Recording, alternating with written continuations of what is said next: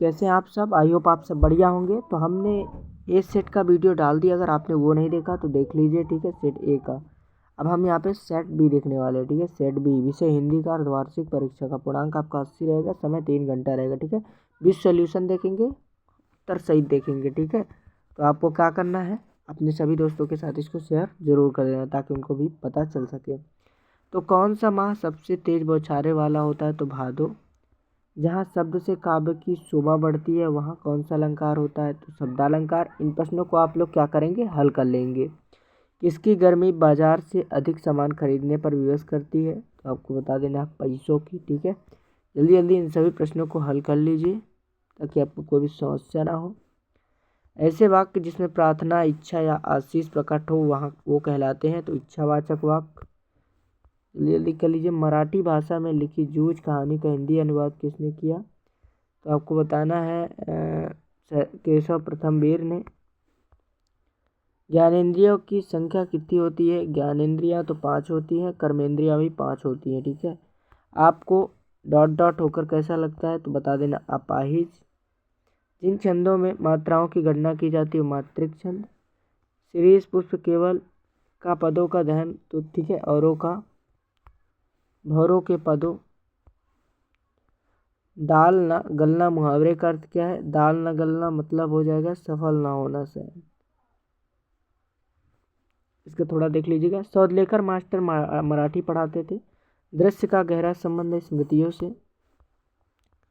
दुख रूपी जो रावण है वो धनिकों को दबोचता है, तो यहाँ पे असत्य हो जाएगा क्योंकि वो गरीबों को दबोचता है, ठीक है। माधुर्य गुण का संबंध चित्त की उत्तेजना वृत्ति से, असत्य हो जाएगा। शेर के बच्चे का असल नाम बादल सिंह था, असत्य। वो शब्द जो किसी वाक्य को बदलने के लिए गए, सत्य। सौदलेकर मास्टर कविता बहुत ही अच्छे ढंग से पढ़ाते थे, सत्य। ये भी असत्य हो जाएगा आपका, ठीक है। फिराक गोरखपुरी का वास्तविक नाम क्या था? रघुवीर सहाय। भयानक रस का हो जाएगा भय। भक्तिन का हो जाएगा भक्तिन, ठीक है, भक्तिन लक्ष्मीन। राष्ट्रभाषा संपर्क भाषा। बसंत पाटिल कहानी का केंद्रीय बिंदु कथानक। रीतिकालीन कवि भूषण बिहारी। यहाँ पे बसंत पाटिल से छात्र हो सकता है, तो हल कर लेंगे। यहाँ पे आपको एक वाक्य में उत्तर लिखना है। रीतिकाल का अन्य नाम तो स्वर्णकाल। कवि ने नीले जल में झिलमिलाती देह की तुलना किससे की है? आपको बताना है। शब्द शक्ति किसे कहते हैं? ऋषि मुनियों ने सबसे ऊंचा स्थान शब्द युग में हर रविवार, ठीक है, आमतौर पर। तो इन सबको कर लेंगे। बादल के विप्लव को क्यों कहा है?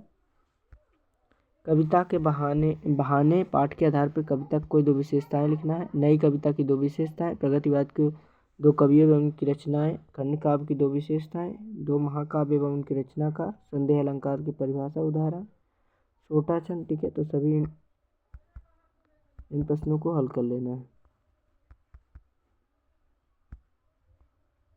तकनीकी शब्द किसे कहते हैं? संयुक्त वाक्य। निम्नलिखित में से निपात छांट के लिखना है।